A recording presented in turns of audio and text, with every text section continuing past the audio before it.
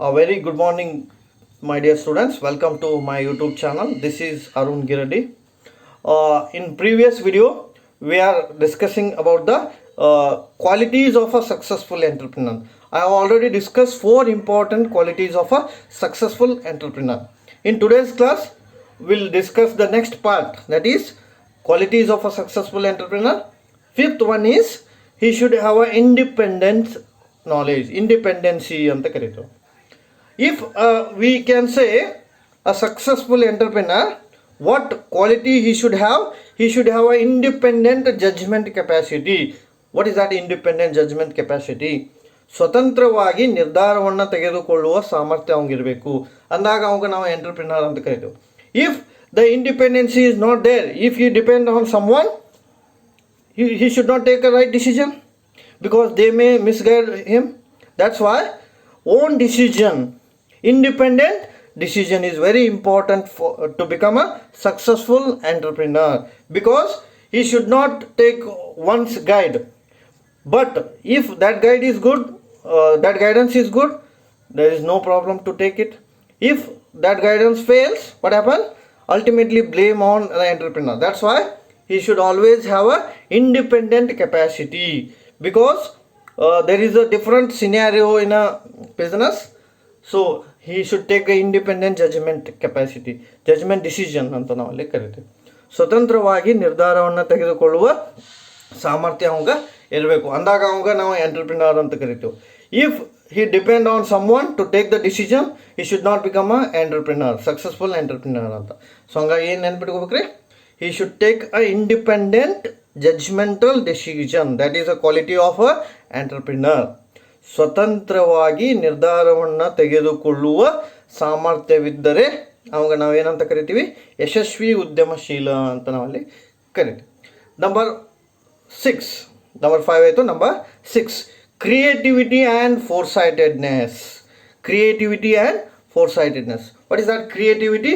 He should always use a imagination of a new things or new model, that is called as a creative. He should always a creative, something new. So he should adopt something new, trends, habits, that is called as a creativity.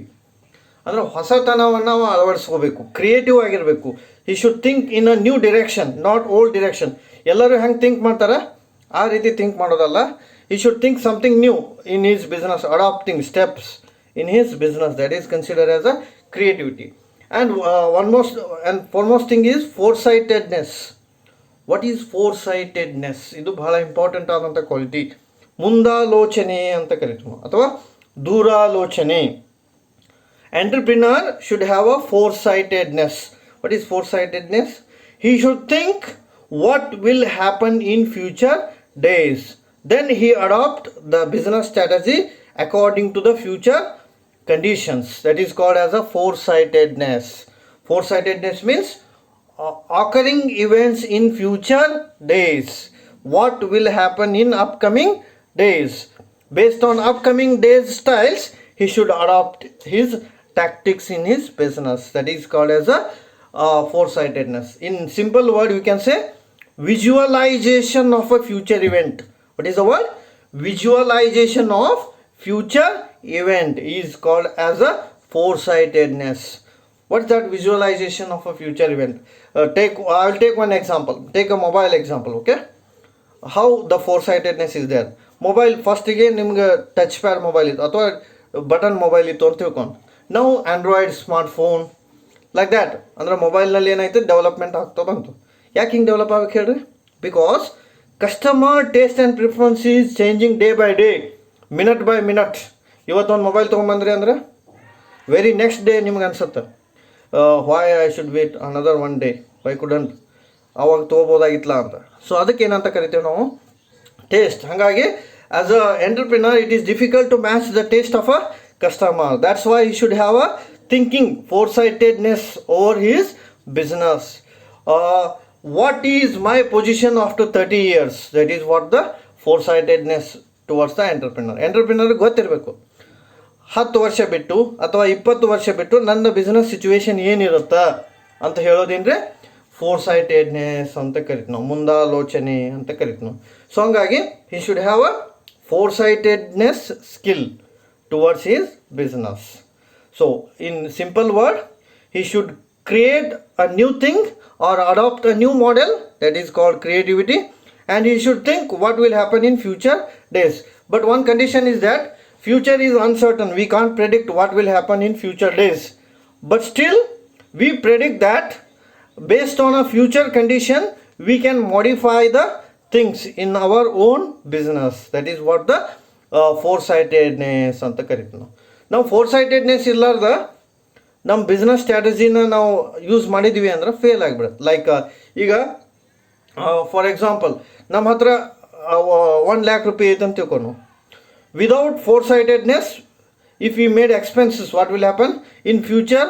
It is difficult to manage our own normal expenditure. ಹಾಗಾಗಿ ಒಂದು vision ಇರಬೇಕು, ಒಂದು mission ಇರಬೇಕು, ಒಂದು ಫೋರ್ಸೈಟೆಡ್ನೆಸ್ ಇರಬೇಕು.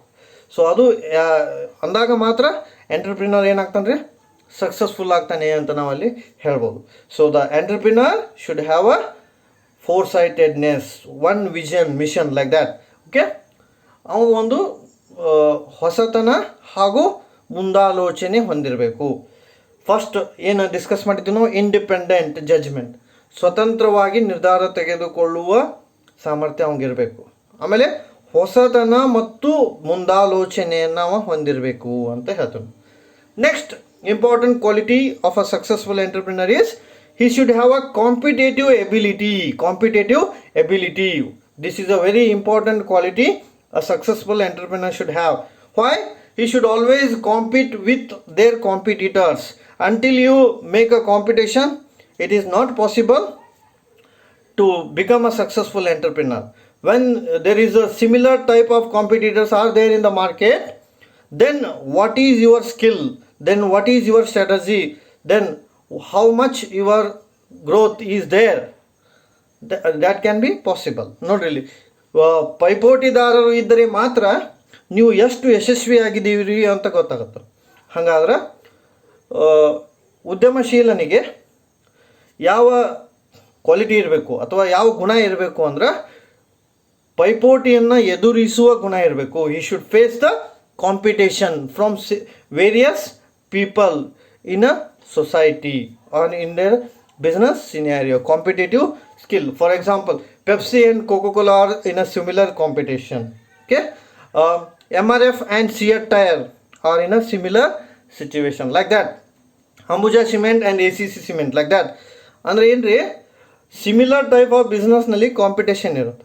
ಆ ಕಾಂಪಿಟೇಷನನ್ನು face ಮಾಡುವ ಸಾಮರ್ಥ್ಯ ಎಂಟರ್ಪ್ರಿನರ್ಗೆ ಇರಬೇಕು ಅಂತ ಹೇಳ್ತಾರೆ. So what is the quality of an entrepreneur?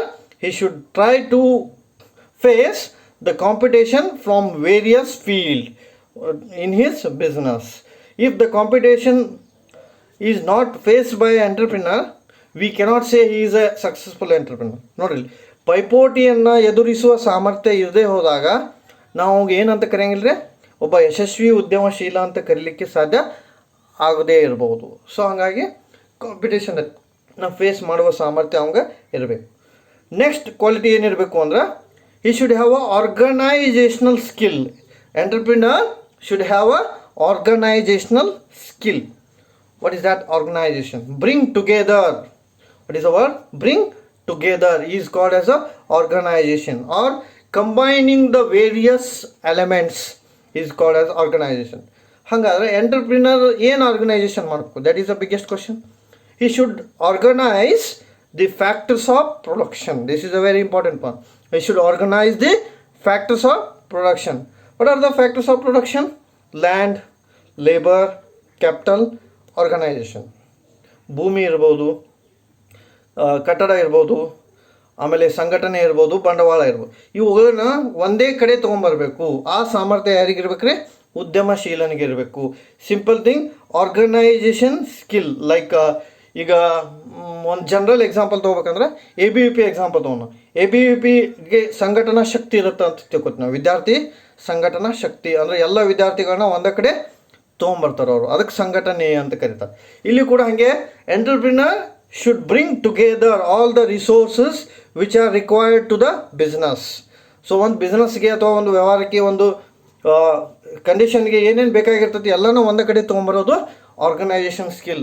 ಅಂದ್ರೆ land we can bring a skill labour, we can bring a proper capital, and we can manage the things. That is called as a organisational skill ಅಂತ ಕರಿತಾವೆ.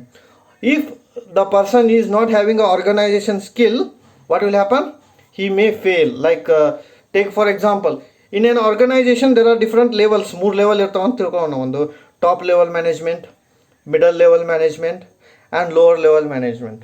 M D C E O top level ಒಳಗಿರ್ತಾರೆ, middle level ಒಳಗೆ department heads ಇರ್ತಾರೆ, low level ಒಳಗೆ foreman ಅಥವಾ worker ಇರ್ತಾರೆ. So ಇವರೆಲ್ಲರನ್ನೂ organisation ಮಾಡಿ ನಡೆಸ್ಕೊಂಡು ಹೋಗುವ ಸಾಮರ್ಥ್ಯ ಅವ್ನಿಗೆ ಇರಬೇಕು. If the policy fail in a top level, middle level and lower level can't do anything. If the policy is good, if the managers are good, if the workers are not good, then also fail. ಹಾಗಾಗಿ organisation skill ಇರಬೇಕು ಅವಂಗೆ ಅಂತ ಹೇಳ್ತೀವಿ ನಾವು. ಎಂಟರ್ಪ್ರಿನರ್ಗೆ ಯಾವ skill ಇರ್ಬೇಕು ರೀ? Organisation ಅಂದರೆ ಒಂದೇ ಕಡೆ ತೊಗೊಂಡ್ಕೊಂಡು ಹೋಗತಕ್ಕಂಥ ಸಾಮರ್ಥ್ಯ ಇರಬೇಕು. ಸೊ ಅವ್ಗೆ ಯಾವಾಗ ಅವಶ್ಯಕತೆ ಐತಿ ಅವೆಲ್ಲ ಆರ್ಗನೈಸೇಷನಲ್ ಆ್ಯಕ್ಟಿವಿಟಿನ ಅವ ಏನು ಮಾಡ್ಬೇಕು ರೀ? ಸಕ್ಸಸ್ಫುಲ್ಲಾಗಿ ನಡೆಸ್ಕೊಂಡು ಹೋಗಬೇಕು. ಅಂದರೆ ಈ should bring a land, labour, capital and well organisation. Okay, so in today's class will discuss another 4 qualities. What are those qualities? We'll repeat once again. First, fifth important quality of today's class is independent judgment. What is our word? Independent judgment. ಸ್ವತಂತ್ರವಾದಂತಹ ನಿರ್ಧಾರ ತೆಗೆದುಕೊಳ್ಳುವ ಗುಣ, ಸ್ವತಂತ್ರವಾಗಿ ನಿರ್ಧಾರ ತೆಗೆದುಕೊಳ್ಳುವ ಗುಣ, independent judgment. Next, creativity and foresightedness. ಹೊಸತನ ಹಾಗೂ ಮುಂದಾಲೋಚನೆ ಇರಬೇಕು. ನೆಕ್ಸ್ಟ್, ಕಾಂಪಿಟೇಟಿವ್ ಎಬಿಲಿಟಿ, ಪೈಪೋಟಿ ಎದುರಿಸುವ ಸಾಮರ್ಥ್ಯ ಇರಬೇಕು. And last one, organisational skill, ಸಂಘಟನಾ ಕೌಶಲ್ಯ ಇರಬೇಕು. Independent, creativity and foresightedness, then competitive ability and organizational skill. So these 4 we'll discuss today. In previous class we discussed 4 qualities. In today's class we'll discuss another 4. So remaining we'll discuss in next class. Thanks for watching my video. Please do subscribe and share. Thank you.